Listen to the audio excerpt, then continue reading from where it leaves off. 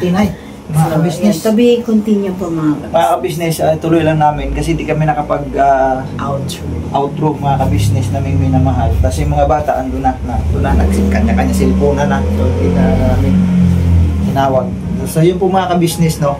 Yun nga yung aming napag-usapan. Kailangan sa mag-asawa talaga. Kung ano yung mga gusto na ayaw ko, ano yung ayaw ni Mingay. Yun po para sa pagsasama po na ikatatagal ng ating relasyon bilang mag-asawa. So, kung para po sa amin na ganun po yung naging namin mula nag-umpisa kami nag-asawa. So, ngayon na-realize namin may edad na kami na ganun pala ang buhay mag-asawa. Kasi bata pa kami nag-asawa, di ba pa? Ako 16 anyos lang kami. 16 po ako nag-asawa. Nagsama kami 16 years siya. 3 years ang ako, natin eh. Ako noon ay 18 na may 18 na 19. Oo. So paras pa kami mga bata pa talaga, as in minor de edad pa. Wala pa sa pastilan, Ginoo. Kaya parang yung pag-aasawa. Alala ko noon, hindi pa nung nagsama kami, hindi pa to na aksidente mga ka-business. Hindi pa. Ito na aksidente kasi ito sa company. Bago lang ako sa Manila noon na namamasukan. Kumbaga masyado pa akong inosente pagdating sa mga machines. Tapos yun, ito na nga yung nangyari. Ano din yun, kami po mag-asawa, simula po na nag-asawa kami ng umpisa. Wala kaming mga magulang na nasa tabi po namin. Walang, nung nagsama kasi kami. Kami lang dalawa ang nag-asikaso sa mga anak. Kasi prinsipyo ko kasi talaga dati, prinsipyo ko kasi yun yung ayaw kong maging, yung baga makikipisan ka. Makikipisan yung pabigat ako sa pamilya. Kahit ako, ayoko rin po na kaya nung may bahay na kamag-anak nila na tutuluyan namin, ganun. Ayoko po ng yung makikisama po ako. Yung gusto ko yung kami lang, kahit maliit lang yung bahay namin. Tapos yung walang halo, di ba, Dar? Yun ang gusto ko kasi kumbaga pwede kang hindi gumalaw o gumalaw sa gusto mo kasi sarili mong bahay. Yun yung gusto ko nung bata pa. Kaya nung nagkaedad na nga ako, nagkaisip na ako ng binata na ako total rin lang naman, sabi ko doon sa mga magulang ko noon, bata pa nga ako. Hindi rin lang naman ako nakapag-aral ako ng college kasi pagkatapos ng high school ay hindi na ako nakapag-college. May balak, pero hindi nangyari. Sabi ko nga sa papa at mama ko noon, sabi ko, pupunta na lang ako ng Maynila kasi rin lang naman hindi rin lang naman ako makapag-aral ng kolehiyo. Mga ibang bayan na lang, kumbaga dito nga sa Maynila ako napadpad. Pinayagan naman ako ng papa ko. So, ikaw, sabi niya, kung gusto mong manarbaho o maghanap buhay sa okay, pinayagan naman ako. Yun nga, napadpad ako ng Maynila. Kailangan niya si Mingay. Ayaw kong maging pabigat sa mga magulang ko noon na anong gagawin ko doon. No? Bagaman kasi ang akin naman kasi kung bakit naisipan ko mangibang bayan o maghanap buhay o makipagsapalaran, maiba yung aking hanap buhay. Kasi nisip ko sila papa at si mama, di naman sila totally, yun bang kung pagkain lang ang pag-uusapan mga ka-business, hindi naman kami naghihirap sa pagkain dun sa pera lang, yung pera kasi alam niyo naman ang probinsya talaga, matagal ang pera, tuwing croppings lang. No? Pero sa pagkain, hindi naman kami hirap sa pagkain sa probinsya kasi unang-una sanay ang mga magulang ko pagdating sa bukid. O saging man yan kakainin namin, kamuti man yan, balinghoy man yan, o gulay-gulay man yan araw-araw, okay lang sa amin. Laki naman ang sagingan namin doon, mga kamutihan, sabi may lupa naman. Kaya kampante ako, sabi ko, ma, papunta mo na ako ng Manila, doon mo na ako, manginabuhi mo na ako doon. Oo, sige, okay lang. Kasi, para sa akin, ayaw kong magpabigat baga sa kanila. Kaya, asawa ko na kami ang dalawa na. Ayaw kong magpabigat sa madaling sabi, ayaw kong magpabigat na, para doon lang ako, para mag lang ako yung, orang dagdag pakainit, o gumawa ako ng paraan na punta ko. Paggawa niya ng paraan, gumawa na rin siya ng May paraan. ang nangyari, nung napadpad nga ako doon sa Maynila, nakapag-asawa ko na wala sa oras na hindi. Nagsama kami na, hindi nga kami kasal eh. Nung nagsama kami, nagkaanak kami ng dalawa. Dalawa na anak namin Bago kami kinasal. naikasal. Pero nung naikasal kami noon, yung tatay ko, dito na, nakapunta na ng Maynila. Pinapunta ko rin yung papa ko para pumirma sa marriage contract namin. Pero nagpakasal kami, pero dalawa na anak namin noon, nakasal kami. Si Dodong na at si Jamela. Oh, pero at least, sinikap din talaga namin mag-asawa ng makasal kami. Sa West. Oo, kasi Libre yung kasal. ang tatay ko rin ang nag-post noon, Jado, magpakasal na kayo kasi mga anak mo, dalawa na yan, hindi pa kayo kasal. Eh, kailangan. Hindi yun, nagpakasal kami. So, Pero wala pa yun sa isip namin. wala pa sa Ganun ang mangyayari sa buhay ang natin. tatay ko lang noon, ang papa ko lang noon, nagporsige na magpakasal na kayo o hindi po pwedeng hindi kayo magkasal. Akala namin sama-sama lang ng bahay hanggang sa magkaanak. Ganun-ganun lang. Tas yung Hindi naman, naiintindihan naman yung sinasabi, yung salitang kasal na, na mahalaga. Pero sa punto na yun, parang wala pa sa aming isipan. Wala pa sa isip namin. Wala pa sa aming isipan na magpakasal kami. Ang alam lang namin, kumakain kami araw-araw, magtatrabaho kami dalawa, yun lang. Tapos yun, nagkaanak na kami. Yun. So, sa madaling sabi, sa yung pagsasama naming matagal, mayroon talagang tinatawag na nga, mayroon siyang Forever. gusto, mayroon siyang gusto Na sa akin na ayaw ko yung gusto niya. Mayroon naman akong gusto sa kanya na ayaw naman niya. Yung pang ganon. just like us. Pero sa ibabaw ng lahat mga kabisnes, yung ayaw niya, na gusto ko na ayaw niya, sa ibabaw ng lahat nun, ay nagsasama pa rin kami ng matagal, no? Ang totoo, ilang taon na kami, no? 40 plus na kami mga kabisnes. Nagsimula lang kami nung 16 years old, pero sa awa ng Panginoong Diyos ay nagsama pa rin kami hanggang ngayon. 47 na po ako. So yun yung aming kumbaga kumbaga ito yung na-share namin sa inyo o na-share namin sa mga kung sino pang makapanood nito sa Opo, pero vlog na ito. hindi rin hadlang ang kahirapan. Kasi kung hirap lang din naman ang pag-usapan mga kabisnes, sabi nga namin doon sa unahan na vlog namin ay grabe na ang pinagdaanan namin, sobra-sobra na. Kaya nga sabi nga namin sa mga anak namin kanina, ay ito may mapupulot yung aral dito na baka mamaya dahil lang sa kahirapan ay dumating sa punto na pag nag-away, mag-away kayo, maghiwalay na. Dahil nandun na yung sa sukdulang wala na makain, yung Hindi gano'n. pa, naalala mo yung sinabi ko sa'yo nung wala pa tayong anak na hindi ka pataputulan ng daliri. Oo, Mayroon ako sa kanyang promises eh. binanggit niya sa akin yun mga kabisnes. Ang sabi niya, Darman ang kanyang tawag niya sa akin talaga noon pa, nung bagong sama kami. Dar, sabi niya, Dar, ang pangako ko sa iyo, sabi niya, kahit magdildil tayo ng asin, basta wag lang tayong maghiwalay. Binanggit niya sa akin yan. Wala pa kaming anak, bata pa nga pa. Kami pare-parehas, 16 anyos lang siya nung binanggit niya yan. Inangyari nga mga kabisnes na hanggang ngayon, kami pa rin. Ilang taon na po ako, 49 years old na po ako mga kabisnes. Nalala ko. Pero, Hindi pa ako nun. nakakaano lang, nung binanggit niya yan sa akin, na huwag daw kaming maghiwalay, bahala na daw wala kaming makain.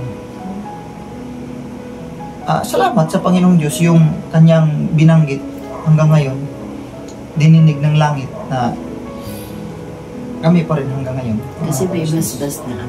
Grabe, ang paghihirap na dinanas namin ay hanggang ngayon. Grabing paghirap pa rin, no? Kasi nga, di naman kasi kami mayaman. Naalala mo ba yung wala na tayo na pinagbubuntis ko si Denden na wala siyang trabaho dahil wala siyang lisensya na 1, 2, 3 ba yun? Yun yung gusto ko na ayaw niya noon. Opo. Yan, ayun nga, kaya nga ito yung pag-uusap talaga namin ngayon nga, kung ano yung ayaw niya, kung ano yung gusto ko na ayaw niya. Opo. Oh. Kasi meron siyang 2,000 ano siya ng lisensya niya. Oh, gusto ko pero ayaw niya. Opo. Kasi sabi ko, wala na tayong pera, tapos buntis pa po ako ng kay Benton. Sabi ko, paano pag nanganak ako, wala akong mga damit, wala akong mga ganun. Sabi niya, hindi. Magtiwala ka lang. Oo.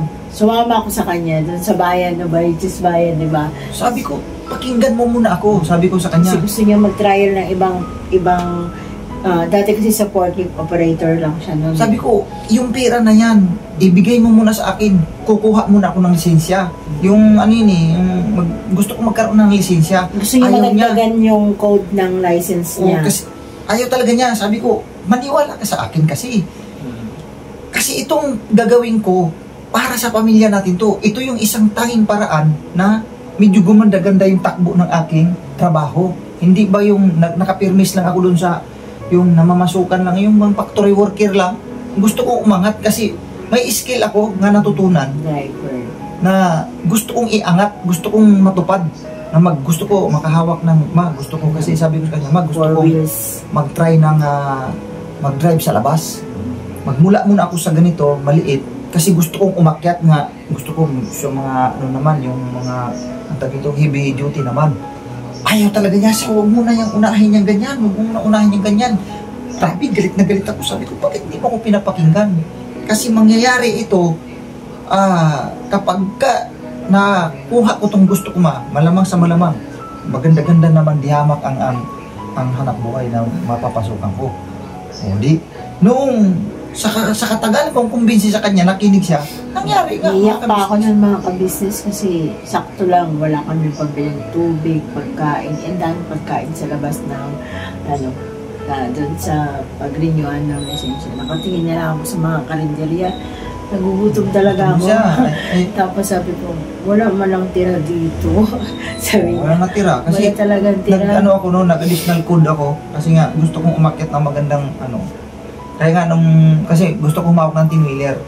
O yun, nung nakahawak ako ng tin-wheeler, gumanda-ganda ang buhay namin kahit paano. Hindi man, sabi ko nga, hindi man kami yumaman. Pero naroon katotohanan, nakaluwag talaga kami. Kasi, maganda ang, kita. Kung mas mataas-taas di hamak. Kasi dati po siya sa 200 plus nang nagtatrabaho siya sa forklift. Naging 400 dahil nag-ban na siya. Oh. Di ba? Yun ang ko sa kanya. Kaya yun nga yung lagi namin pinag-uusapan. Tapos meron pa kaming hanggang ngayon na hindi niya makalimutan yung pagsangla namin ng bahay namin dahil kasi may sarili nga po kami ng bahay. Yan. Yun yung talagang hindi talaga mawala sa utak niya.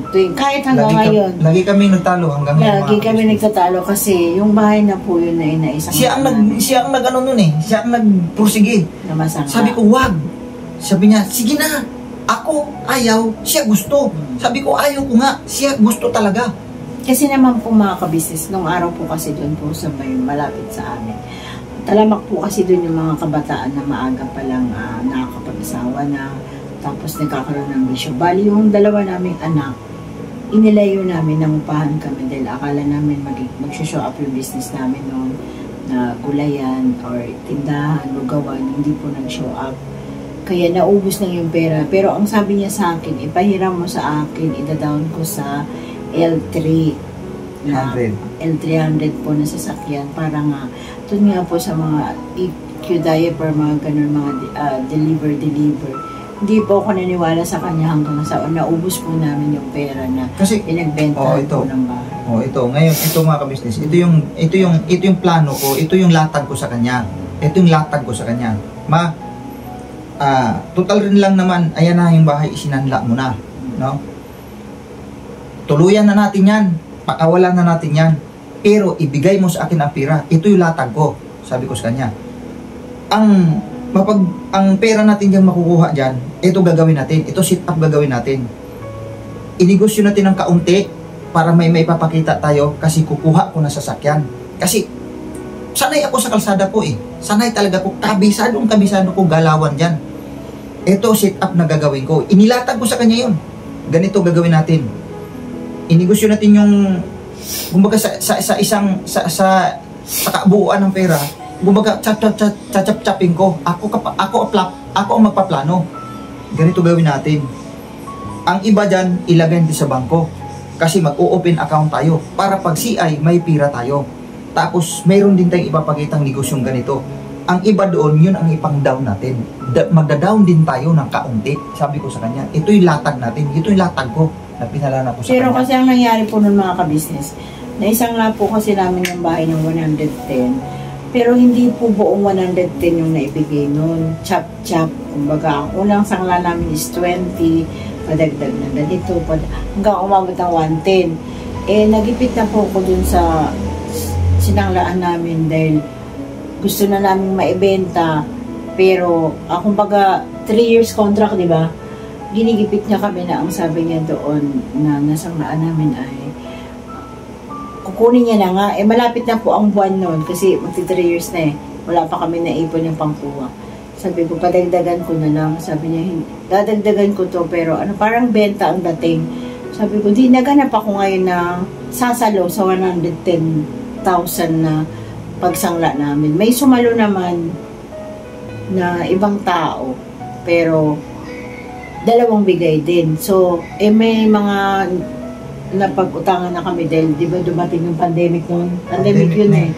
Opo, Nag-pandemic na. Nag-pandemic na yung time niya. Wala na siyang work. Hindi na pwedeng lumabas. Hanggang sa kaparaso na lang yung natira noon. Kaya, nagsisirin ako kasi wala na kami sariling bahay. Parang, kung hindi nga ako nakinig sa kanya, di ba mga ka-business, dapat may sasakyan na nga siya. Tapos, yun nga, nagdi-deliver na lang sana sila ng mga anak niya. Tapos, hindi siguro kami masyadong nahirapan siguro sa pera. Ang alam niyo po mga ka-business, ganito. Yung mga pinaplano ko sa hinaharap, nangyari talaga. Nangyari. Ayaw niya akong pakinggan eh. Tinututulan niya ako ng tinututulan. Kumbaga parang nasyak ako noon kasi ang sabi niya, 21,000 ang monthly. Ang pagkaintindi ko, hindi ko kaya, hindi natin kakayanin. Yun agad na sa utak ko kasi malaki yung malaki yung monthly niya. Paano na lang kung hindi mahahatak? Yun ang nasa utak ko eh, nung araw. Hindi naman pala. Yeah. Ang mga naging plano ko, kasi ganito yung sit up ko sa kanya, pinapaliwanag ko sa kanya, sabi ko eto yung plano ko, sundan mo lang ako. Ayaw manggid na talaga niya, vlogging niya akong kinukontra. Ayan. Sabi ko, kasi hindi habang buhay na malakas ako, yun ang inano ko sa kanya. Hindi habang buhay na malakas ako. Paano kung may mga pagkakataon na hindi natin inaasahan? Nangyari nga mga kabisnes. Ito na ngayon. Nangyari nga. Pero kung nakinig siya sa akin, na nakakuha ako na malamang sa ngayon, tapos na eh. Dapat eh. Tapos na. Ilang taon na nakalipas, tagal na. 4 years old pa lang po si Kian. Ngayon kung kasi 10 na siya. Nakakuha ako ng mga time na yun, kung nakakuha man ako, kung hindi niya ako tinutulan, hindi man ako nakatrabaho ngayon, yung sasakyan yun, ang nagsisilbing katawan, di dapat gumagana o ayun, ang sasakyan, tumatakbo pa rin hanggang ngayon dapat yun, kahit ganito man ang naging sitwasyon ko, mayroon sana kami pagkukukunan, ngayon di wala. Kung baga yung iniisip ko noon, na baka may baka lang ba, nangyari nga. So pagsisisihan na, grabing pagsisisi ko, sabi ko, tingnan mo, kung nakinig ka lang sa akin, yun ang sinasabi ko sa kanya. Gusto ko, yun ang yung gusto ko, ayaw niya. Na mayroon naman akong gusto rin sa kanya, na siyempre ayaw ko rin. Yun nga yung tinututulan niya. Sabi, huwag mo ko tutulan, kasi gusto ko nga eh. Yeah, yun mga ka-business. Nagsisi siya ngayon. Kasi ngayon, katulad yan, hindi natin ano yung ngayon, sabi ko ito ngayon. Mahina na, nasakit na ako. Wala pa rin tayong tapos siya, hindi naman siya pwede magtrabaho sa iba. Hindi na ako makapagtrabaho ng kumpanya. Iyon ang tinutukoy ko sa kanya noon pa, mga ka-business. Kahit ano mang gawin kong, kahit damihan ko pa yung trabaho ko, mag-work pa ako ng aside and side, hindi na rin kakayanin ang katawan ko kasi nga, tulad yan, mas marami pa akong sakit sa kanya. Tapos may maliit pa ako. Kaya yun yung sinasabi, yun yung tama nga yung nabanggit doon sa unahan mga ka-business, di ba? Pasakop ka sa asawa mo. Pasakop ka sa lalaki. Pasakop ka. Kasi yung decision ko noon, kung nakinig ka lang, sabi ko sa kanya, lagi kami nagtatalo dyan. Kung nakinig ka lang ito na ngayon, di ba nangyari na? Kung nakinig ka lang, di sana, nagkasakit man akong ganito, mayroon ka pa rin pagkukunan dapat na yun. Kasi ang laki na po kasi ng pagbabago dahil hindi niya na kayang gawin yung mga nagagawa niya nung araw. Aminado naman po ako. Pero sabi ko sa kanya, ma, di pa huli ang lahat. Sabi ko, eto naman yan, inilalatag ko sa kanya ngayon, mga kabisnes. May nilatag na naman ako sa kanya ngayon. Sabi ko, ma, pagbigyan mo lang talaga ako. Pagbigyan mo ako. Gusto ko talaga makakuha tayo ng sasakyan ulit. Habang malakas pa ako. Kaya ko pa to. Sabi ko, Wala siyang hindi ginawa. pa huli ang lahat. Pinabayaan ko lang po siya, wala siyang ginawa kundi mag-inquire na mag-inquire. Wala akong ginagawa ngayon. Mag-inquire ako ng Yung mga zero down payment, mga ganun-ganun. Hindi ako nagsasawa. Ngayon, napag-tanto-tanto niya na ngayon na ganito na. Kasi siya nagtatrabaho. Kulang pa Mahina rin. na rin. Katawan niya. Di na rin po ako nakakapasok ng maayos. Himatayin pa siya. Sa isang linggo, hindi na ako nakakatrabaho ng isang street. Yan. Absent ako pag may sakit si Papa, pag masama yung pakiramdam ko, absent ako. So, hindi ko nabubuang isang buwan na maayos na ano. Yan. Kaya yun mga ka-business. Payo ko lang po sa mga babaeng katulad ko na yan, pamilyado. So, kailangan po talaga ang pag-uusap ng mag-asawa para po sa ikagaganda ng buhay. Yung mga, pwede naman po palang pag-usapan ng maayos. Kasi yung, katulad ko, sa akin lang, ako kasi mabilis akong sumagot eh. Tapos, yun nga, mga nagawa ko na palpak. So, mga desisyon ko na palpak. Yun. Sa 28 years, mas maraming palpak nung nagawa ko. Diba, Dan? Marami talaga. Kaya, di ka kasi nakikinig sa akin, May. Pero, yun nga, sabi ko mga ka-business, pagsisihan man namin yun ng maraming ulit. Wala na po yung nangyari na. May ganito Naubos na yung halaga po ng bahay Ako, ng tapos yung bahay nga, nawala bigla. bali. Kasi mga ka-business, Pangatlong ako, bahay ayaw na. ko talaga yun. Ayaw ko talaga dapat ibenta. Pangatlong bahay na po namin yun na napundar namin mag-asawa. Unang bahay ko, nung doon sa nagkaroon ng demulisan kasi yun, ako mismo rin nagdesisyon noon na ibenta na lang. Ako mismo nagdesisyon noon. Yung pangalawa, dito sa baba, nasa bangin naman yun, na ang bahay namin noon ay nakalutang lang sa basura. Kasi Puro mga squatter po naalala ko po nabibili yun, na. nung ginawa ko yun, kasi ako naghukay noon mga kabisnes, yung pagbabao na ng poste. Sabi ko sa inyo mga kabisnes, nakahukay ako ng mga hanggang biwang ko. Kasi kailangan kong ibaon talaga yung yung bakal. Pero mga kabisnes, hanggang baywang na akong maghukay, pero wala pa rin ako makikitang lupa. Bakit kamo? Batay doon sa mga nabanggit doon sa mga nandoon nakatira na matagal na. Ang lalim pala nung lupa na yun, mga isang bahay pa bago mo maabot ang lupa. Kaya napagpasya mo ibenta rin yun. Bakit kamo? Sa tuwing may dumadaan po doon mga kabisnes ng mga truck na nagdi-deliver ng tubig, nagdi-deliver ng mga semento, yung bang galing sa mga construction, pag nadaan at dumaan doon, yumayanig yung bahay namin. Kasi nga, nakalutang lang kami sa mga plastic, basura. Tapos yun nga po yung huli, yung...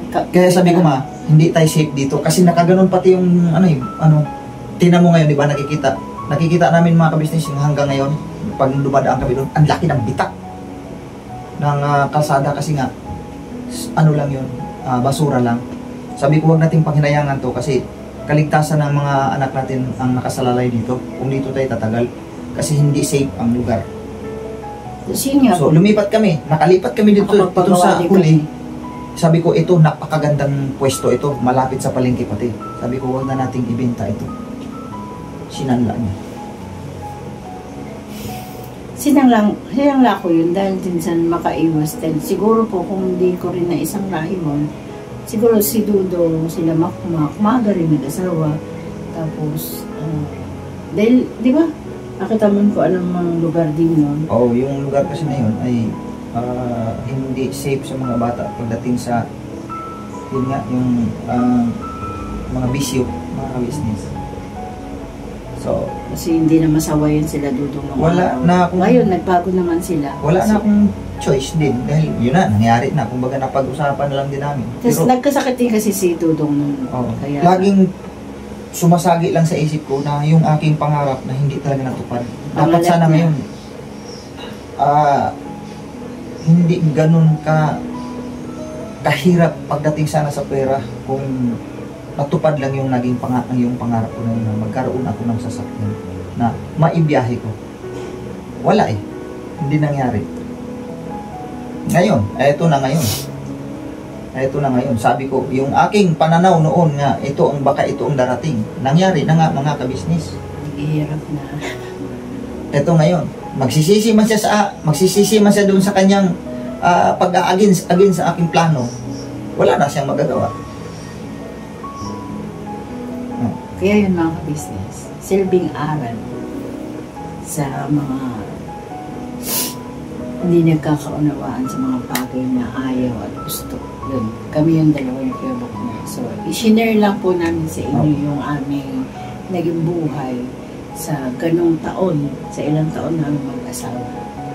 Pero kung sa mga party, mga pangit na mga karanasan ng iba na may mga asawa, mga siding-siding, hindi po. Yun lang po yung aming ayaw at gusto. Yun lang yung bagay na sa amin na yung nagaganap sa amin mag-asawa.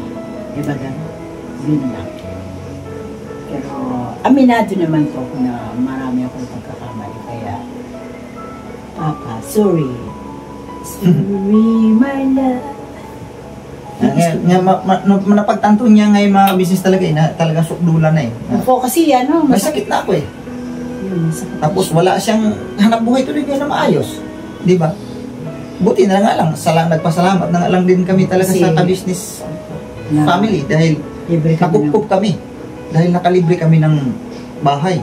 Paano kung wala? Na yung plano ko noon na sana wag bang mangyari to, wag mangyaring ganito.